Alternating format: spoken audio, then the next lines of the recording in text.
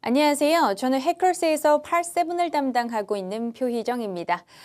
오늘 시험 잘 보셨는지 모르겠습니다. 저도 오늘 시험 보러 가기 전에 여러분들 입장에서 너무 어렵지도 않고 너무 쉽지도 않게 그래도 어느 정도 난이도 약간 있게 출제가 됐으면 좋겠다 뭐 이런 생각을 했었는데요. 오늘 난이도 어떤지부터 한번 살펴보도록 하죠. 자, 일단 출제 지문의 종류부터 제가 좀 보여드리자면은 뭐 이런 애들이죠. 웹사이트, 공고, 메시지 대화문, 이메일 편지 뭐 늘 나오던 지문들이 굉장히 다양하게 나왔다. 이렇게 보실 수가 있겠고요. 그래서 단일 지문 같은 경우는 뭐 항상 거의 10개씩 지문이 이제 출제가 되는데 요 단일 지문의 난이도는 중 이렇게 말씀드릴 수가 있겠습니다. 아주 어려웠었던 지문이 없었고 읽히기가 꽤 수월한 편이었다. 그렇게 말씀드릴 수 있겠고요. 약간 이제 추론 문제 같은 것에서만 실수하지 않으셨다면 그래도 아주 어려웠었던 문제는 보이진 않았었던 그런 단일 지문이라고 보시면 되겠고요.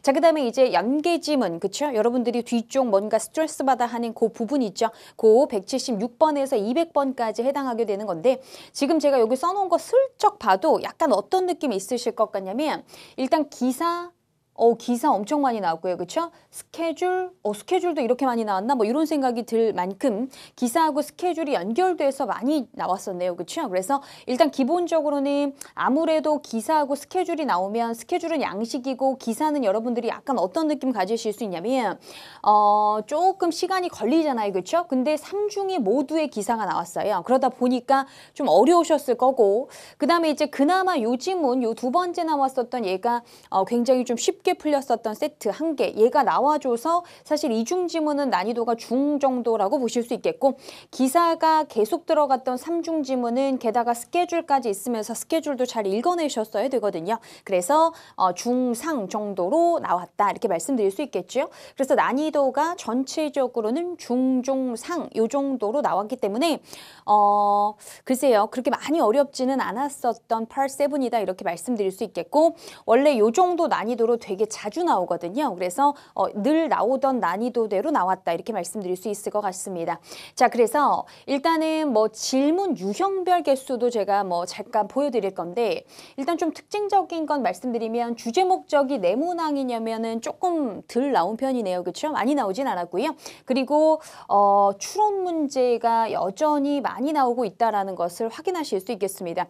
최근에 추론 문제가 계속해서 요 정도씩은 출제가 되네요. 그래서 10개 약간 넘게 출제가 됐었을 때도 있지만 지금 16개 정도 나왔으면 굉장히 많이 나온 거죠. 사실 그리고 이 의도 파악 문제도 사실은 또 추론 문제의 성격을 당연히 가지기 때문에 추론의 성격의 문제들이 계속해서 많이 나오고 있다. 이렇게 출제 경향을 좀 분석해 드릴 수 있을 것 같습니다. 자, 그래서 어쨌든 요 정도의 질문 유형별 출제 개수 이제 보여드렸고요. 자, 특징을 좀 잠깐만 말씀드리자면은 일단 아까 말씀드린 대로 추론 문제 많이 나왔다 이렇게 말씀드릴 수 있겠는데 추론 문제는 여러분들이 좀 많이 어려워하시죠? 왜냐하면 추론은 지문의 내용에 근거해서 당연히 근거는 어디서 나옵니까? 지문에서 나와야 된다는 게 당연한데 거기서 한 번 더 생각을 하셔야 되는 게 추론 문제잖아요. 그래서 추론 문제가 아주 논리성에 기반해서 적절한 추론을 하실 수 있어야 하기 때문에 난이도가 좀 센 편이죠. 그리고 이제 추론 문제 같은 경우는 사실은 연계형 문제로도 자주 출제가 되는 편이기 때문에 연계형 문제로 나오게 되면 아무래도 여러분들 입장에서는 조금 더 어려울 가능성이 있겠죠. 그래서 조금 있다가 제가 어떻게 연계형 문제로 이제 나왔는지를 좀 말씀을 드리도록 할 거고 그리고 제가 아까 전에도 말씀드렸다시피 근거가 반드시 지문이다 이렇게 써놨습니다. 그렇죠? 정말 여러분들이 많이 하는 실수 중에 하나가 과대 추론을 많이 하시는데 과대 추론이라는 것은 범위가 좀 벗어난 것을 얘기를 하는 거겠죠. 그래서 지문에 의거해서 논리성에 입각하여 정답을 찾으셔야 되는 게 추론 문제다라는 게 생각보다 굉장히 중요하고요. 조금 있다가 어떤 것들이 과대 추론인지를 좀 실질적 예시를 통해서 설명을 드리도록 하겠습니다.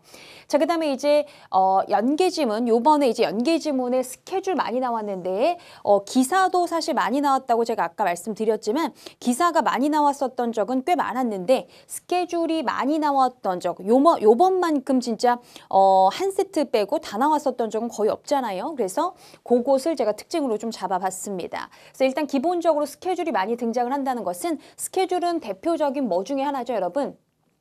여러분 보통 많이 안 좋아하시지만 양식 중에 하나 아니겠습니까? 그렇죠? 그래서 양식이라는 지문은 기본적으로 정보가 굉장히 세부 정보가 많이 들어가 있기 때문에 문제 먼저 보시고 내가 필요한 정보를 선택적으로 빨리 찾으실 수 있는 것이 굉장히 중요하다. 이렇게 말씀드릴 수 있겠고요.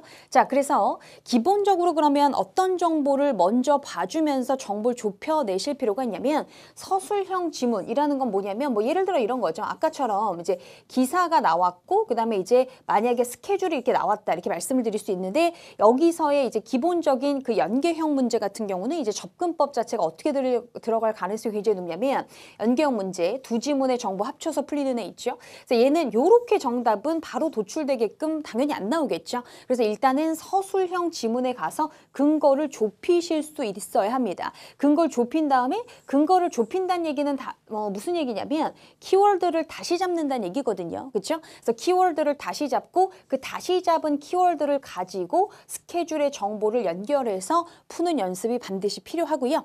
이런 부분은 사실 연습만 잘 되신다면 그렇게 어렵지 않게 풀리기는 해요. 그래서 연계 지문 같은 경우는 사실 여러분 연습을 하시면 반드시 늡니다. 그리고 연계형 문제 같은 경우는 좀 패턴성이 강해서 뻔하게 출제되는 애들이 계속해서 출제가 되어 왔다라는 점. 그래서 그 패턴을 내가 조금 더 연습을 하신다고 한다면 공부를 하시면서 점점 더 늘 수 있는 게 바로 연계 지문이다. 이렇게 제가 좀 자신감을 심어드리고 싶어요. 아시겠죠? 그래서 연습 많이 필요하세요. 이런 것들을 빨리빨리 연결해가지고 서술형 지문에 가서 근거 좁힌다. 키워드 다시 잡는다는 얘기죠. 다시 잡아서 그 스케줄, 양식 같은 지문에 정보를 연결해서 푸는 이런 문제들이 계속해서 출제가 된다. 이렇게 보시면 될 것 같습니다.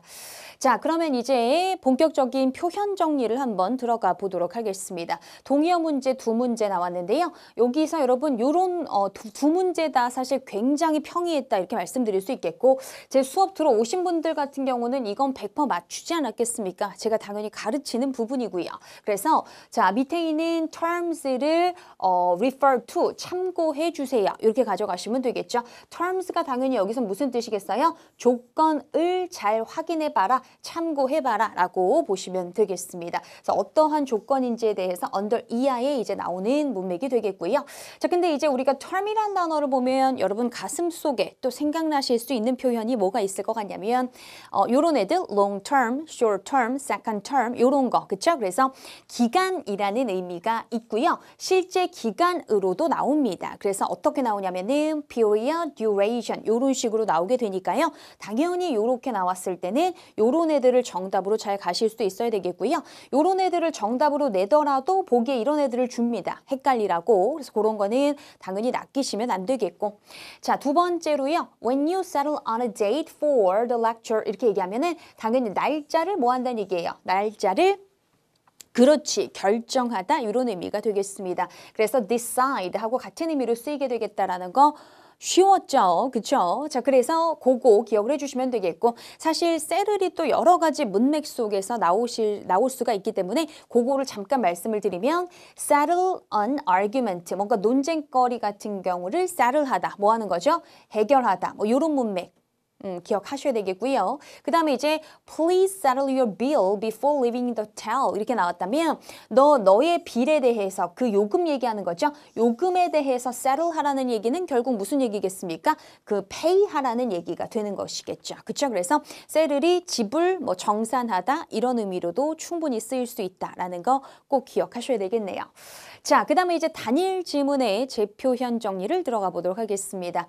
일단은 뭐 요런 거죠. 자, 이 직책에서 일하실 분들은요. may report remotely. remotely는 이제 멀리서라는 뜻이니까 여러분 report from이라고 하죠. 그러니까 이렇게 좀 이해를 하시면 괜찮을 것 같아요. report to 다음에 사람이 나오잖아요. 그러면 보통 이 사람이 이제 상관이라는 의미로서 일하는 환경에서 쓰이게 되는 표현인데 그럼 어디로부터 보고하실 수 있다라는 얘기는 결국은 어디에서 일하실 수 있다는 얘기예요. 그래서 remotely가 들어갔으니까 그럼 멀리 여기서 일하실 수 있다. 이렇게 자연스럽게 의역을 하실 수 있어야 된다는 얘기고요. 그래서 이 직책의 작업은 어느 나라에서도 할 수 있다라는 것을 함축하는 부분이다. 이거 무슨 문제입니까? 추론을 하셔야지 정답 찾으실 수 있는 문제가 되겠습니다. 자, 그 다음에 이제 이렇게 좀 더러운 환경, 깨끗하지 못한 환경에서 일하게 됐을 때 이 디바이스를 작동시키기 위해서 네가 뭐 같은 거 쓰셔도 된다라고 추천을 하냐면 플라스틱으로 되어 있는 그 스캐너에 커버 리드니까 커버가 되는 뚜껑 같은 거 있는 거 있죠? 그런 거를 쓰시면 된다. 커버가 될 만한 거 플라스틱으로 되어 있는 거 쓰시면 된다는 얘기가 되겠고 그러면 그 제품을 보호하기 위해서 스캐너 커버를 사면 되겠네요. 그렇죠? 그래서 요렇게 가져가시면 되겠고 그래서 요 스캐너 커버와 관련해서 뭐 요 제표는 사실 어렵진 않았네요. 그렇죠?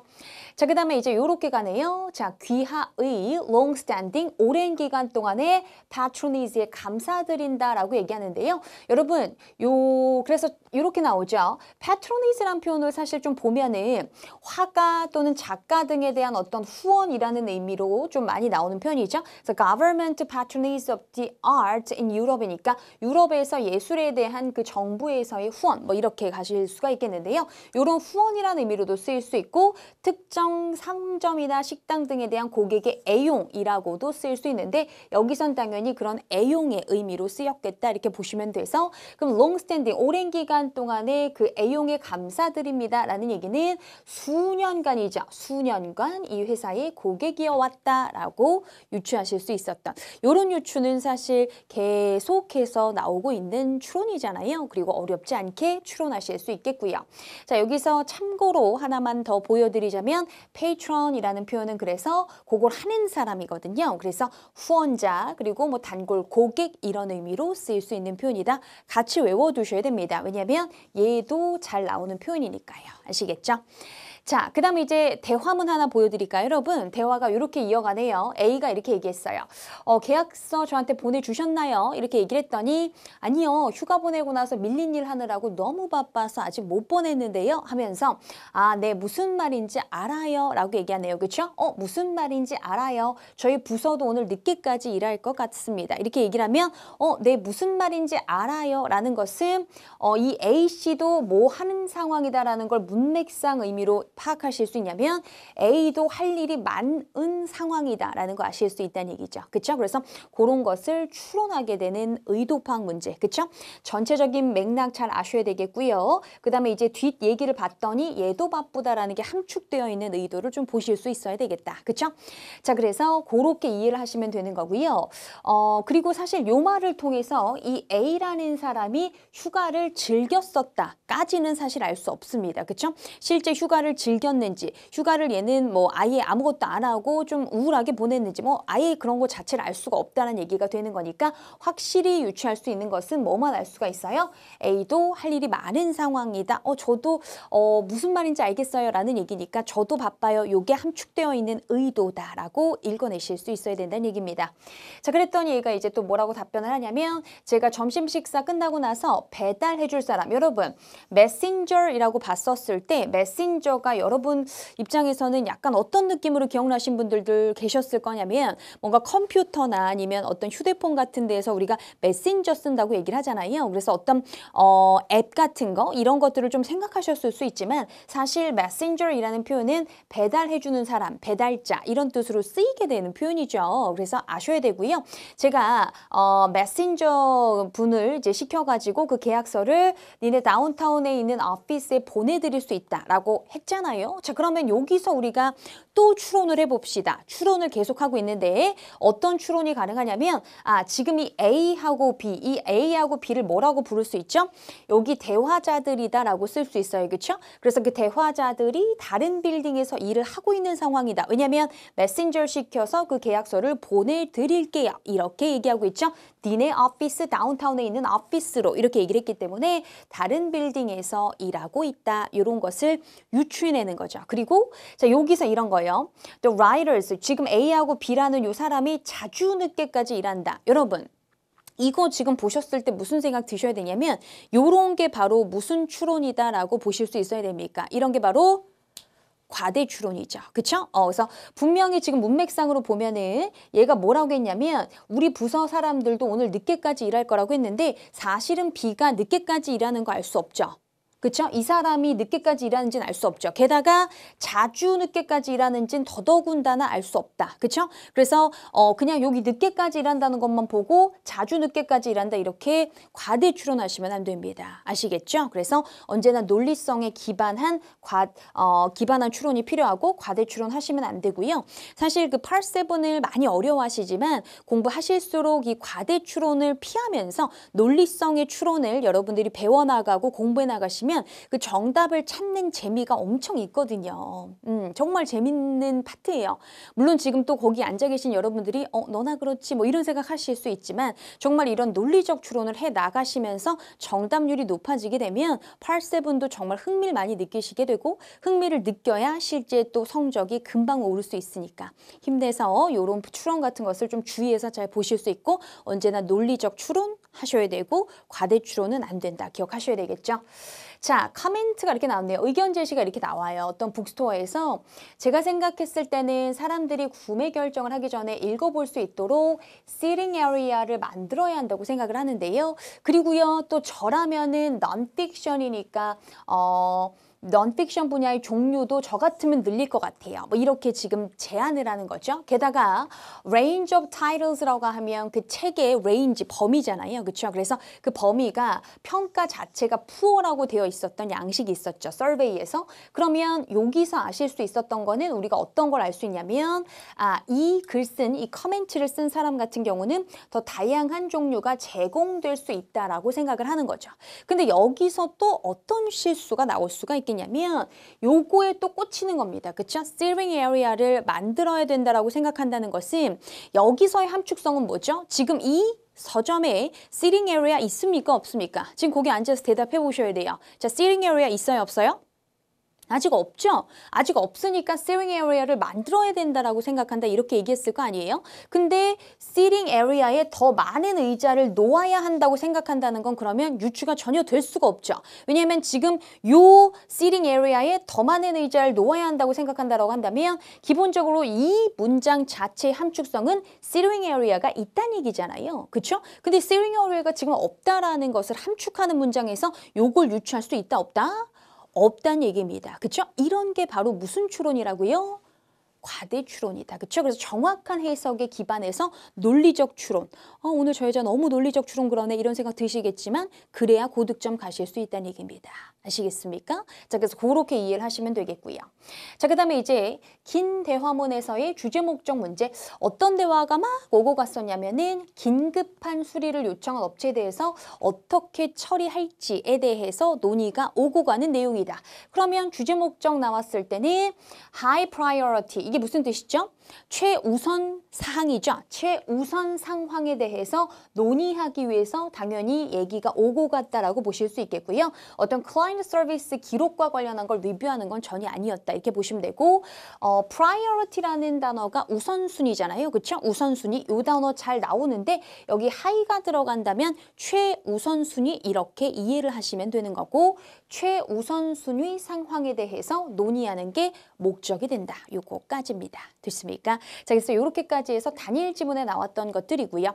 자, 이제 우리가 연계 지문 쪽으로 가죠. 다중 지문 쪽으로 가서 자, 일단 첫 번째 지문에서 어떤 특정 지역의 극장 그리고 카페의 재오픈을 알리는 기사 그리고 두 번째가 그 해당 극장에서 열리는 연극의 스케줄 2개 나왔었는데 자 그럼 첫 번째 지문에서 이렇게 얘기하죠. 그 극장을 어떤 통 씨가 이 파이낸싱을 찾았다라는 얘기는 뭔가 재정적으로 뭐 빌리거나 이런 재정적 도움을 받아가지고 뭐 했다는 얘기죠. 극장을 샀다는 얘기거든요. 그리고 그 밑에 통 씨가 사실 이 빌리라는 작품의 뭐다? 디렉터다. 그러면 여기서 만약에 그 빌리라는 작품의 디렉터에 대해서 물어봤다. 그러면 그냥 그녀가 바로 이 극장, 플레이하우스죠. 이 극장을 소유하고 있다 이렇게 가시면 되는 거죠. 그래서 이 극장 소유주가 되기는 했는데 이 사람 자체가 또 뭐이기도 한 것 같아요?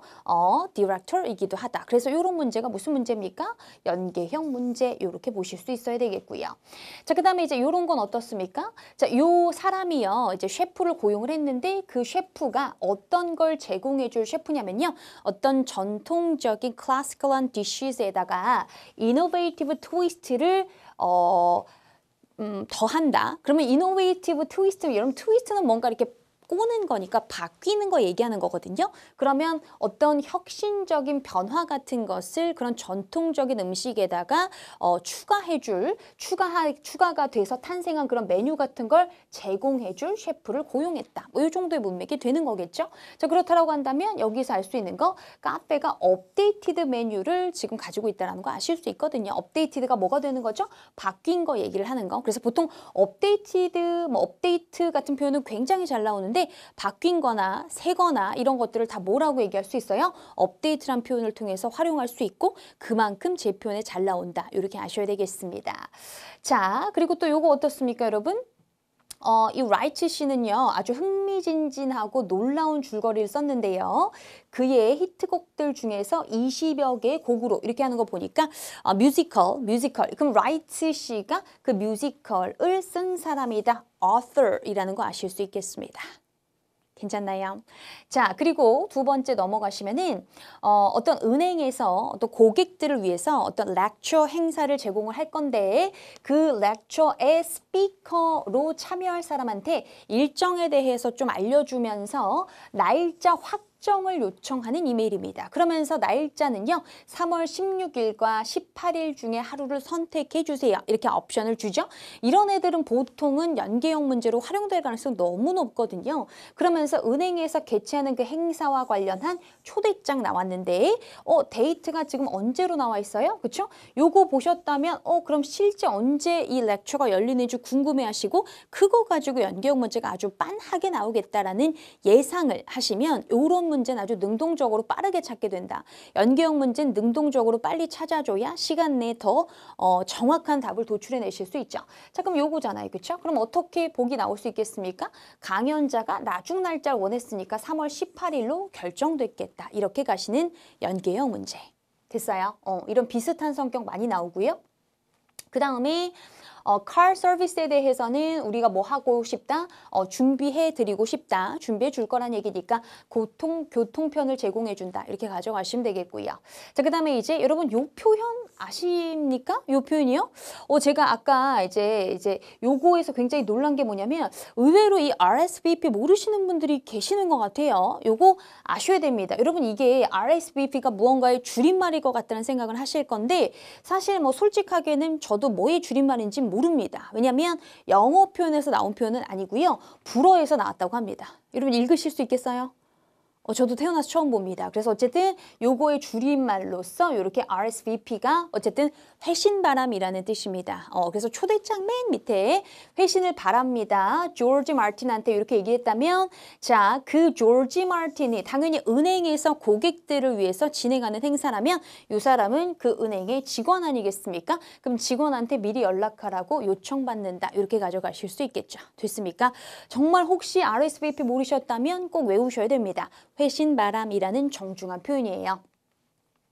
자, 그 다음에 이제 어떤 그 특정 회사에서 R이라는 사람의 스케줄이 나와 있는 거 확인을 하시고요. 그 밑에 어떤 경연대회에 대해서 알리는 기사. 근데 이렇게 나온단 말이죠. 일단은 이 사람이 하게 되는 여러 가지 일이 있는데 그 다음에 그 밑에 보면 요거에 대한 추론이 필요했어요. 이 문제가 조금 어렵게 느껴질 수 있을 것 같은데 요 한타 페인팅 회사 등을 포함한 여러 회사 각 분야의 전문가들이 뭐로 참여를 했다고요, 여러분? 뭐로요? 그쵸. 심사위원으로 참여했다라고 하는데 여기서 봤더니 근데 사실 여기 기사에 보면은 그 행사날 3월 16일이라고 나왔단 말이죠. 근데 3월 16일 날 고 토론토 사이언스 센터로 요게 바로 요 경연대회 열린 장소라고 기사에 나왔었는데 여기로 얘가 출장을 가게 됐다라고 한다면 얘가 어떠한 일을 요 컴피티션에서 했을 가능성이 높다고 유출을 하셔야 되냐면 얘가 심사위원으로 요 행사에 회사에서는 활동했었다라는 걸 뭐 하셔야 돼요? 전적으로 추론하셔야 되겠습니다. 아시겠어요? 요거는 약간 아주 정확하게 정보가 뿅뿅뿅 하고 연결돼서 정답이 뭐 꽂히는 그 문제는 아니었기 때문에 조금 어렵게 느끼셨을 수는 있지만 나머지는 정답으로 가실 게 전혀 없었어요. 완전히 추론에 기반하는 문제였다라고 보시면 되는 거고, 그리고 얘가 인턴일 가능성은 굉장히 낮거든요. 인턴일 가능성은 굉장히, 여기서 인턴 교육에 인턴이라서 인턴 교육에 참여하는 거 아니냐라고 하기에는 실제로 여러분 얘가 여기에 참여를 하게 되는 거, 이 센터로 출장 간다는 얘기는 여기서 일하게 되니까 여기 출장을 가는 건데 인턴이 여기에 참여했다는 얘기 자체는 전혀 없거든요. 아시겠죠? 그러니까 가장 가능성 높은 건 심사를 했었다라는 것을 유추해낸다. 이렇게 가져가시는 거죠. 네.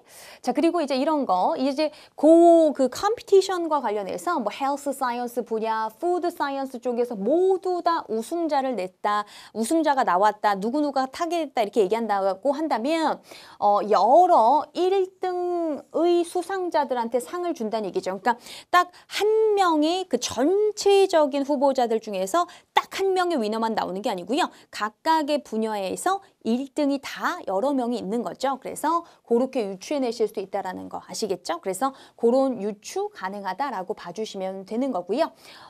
그리고 또 여러분 네 번째 이렇게 넘어가 볼게요. 네 번째로 넘어가서 보면 여기서 이렇게 나오죠. Career Center Mentor Volunteering이라고 해서 요 어떤 Career Center에서 어떤 사람이 언제 와서 이제 멘토링을 해줄 거냐라는 그 volunteers의 리스트가 나와 있는 거예요. 근데 중요한 건 뭐냐면은 여기서 분명히 to be determined라고 해서 곳곳에 이제 to be determined가 나와 있다라고 한다면 우리가 유추할 수 있는 건 뭐냐면 몇몇의 슬롯이 채워질 필요가 있다. 뭐 이런 것들을 유추해내실 수 있다. 이런 얘기고, 그 다음에 이제 또 여기 세 번째 질문을 봤더니 각 직원들, 우리 회사의 각 직원들이 일주일에 한 번씩만 그 센터에 방문했으면 좋겠다고 했는데 여기 보면은 물론 제가 이제 요 길이상 요렇게 잘라 가져온 거지만 사실 일주일 일정표가 쫙 나와 있었을 때 프라이스 씨가 여기 있고 프라이스 씨가 여기 있다라고 한다면 지금 벌써 두 번이잖아요. 그러면 결국 여기서 한 번씩만 방문했으면 좋겠다라고 한다면 결국 어떤 일이 일어날 가능성이 높겠다라고 유추하실 수 있냐면 프라이스 씨 일정이 줄여져야 한다. 이런 것까지 아실 수가 있는 거죠. 됐습니까? 그쵸? 그래서 요건 사실 그래서 무슨 문제였다라고 보시는 거겠죠? 이런 건 연계형 문제였다. 왜냐면 여기가 두 번이니까 프라이스와 관련된 정보는 2번 지문에서 찾고 그 다음에 요 사람과 관련해서 한 번으로 줄여져야 된다는 건 세 번째 지문을 통해서 확인하실 수 있기 때문에 요런 게 연계형 문제. 이렇게 읽어내실 수 있겠습니다. 되셨나요? 그쵸? 자, 그래요. 제가 늘상 말씀드리는 부분인데 짧은 시간 안에 지문을 정확히 읽어내실 수 있는 게 독해의 필수적인 요소가 되겠죠. 그래야 여러분들이 고득점을 내실 수 있다는 얘기가 되는 거니까 제가 뭐 현장 강의라든지 인강에서 늘상 말씀드리는 게 뭐냐면은 독해력과 어휘력이 좋아져야지 근본적인 시간 내에 정확히 읽을 수 있다라는 거 말씀드렸고, 그리고 여기에다가 제가 아까 사실 말씀드렸던 것처럼 뭐 스케줄하고 뭐 이런 기사 같은 것에 연결고리를 잡아서 연계형 문제 나오는 경우는 되게 많잖아요. 그런 양식과 연결되는 그런 특정 정보를 빠르게 찾아서 연결할 수 있는 거, 그리고 연계형 문제를 대할 때 능동적으로 얘가 이 정보가 있나라는 걸 능동적으로 궁금해하고 찾을 수 있을 때 실제 시간 내에 더 문제를 푸실 수가 있거든요. 그런 것들은 제가 사실 늘 연구하는 부분 아니겠습니까? 그래서 질문, 그 다음에 지문 유형에 대비할 수 있는 전략 제가 또 짜드리니까 저하고 공부하시는 분들, 해오셨던 분들도 당연히 계실 거고요. 앞으로 만나게 되시는 분들도 제가 현장 강의에서 여러분들이 많이 어렵게 느끼시는 Part 7을 조금 더 쉽고 조금 더 재미있게 느끼기 위해서 또 최선의 노력을 다 하도록 하겠습니다. 잘 따라와 주셔서 또 감사하고요. 오늘 또 총평 강의로 제가 찾아뵀었는데 잘 따라와 주셔서 너무 감사합니다. 오늘 좀 푹 쉬시고요. 앞으로도 파이팅 하시기 바라겠습니다. 여러분 감사합니다.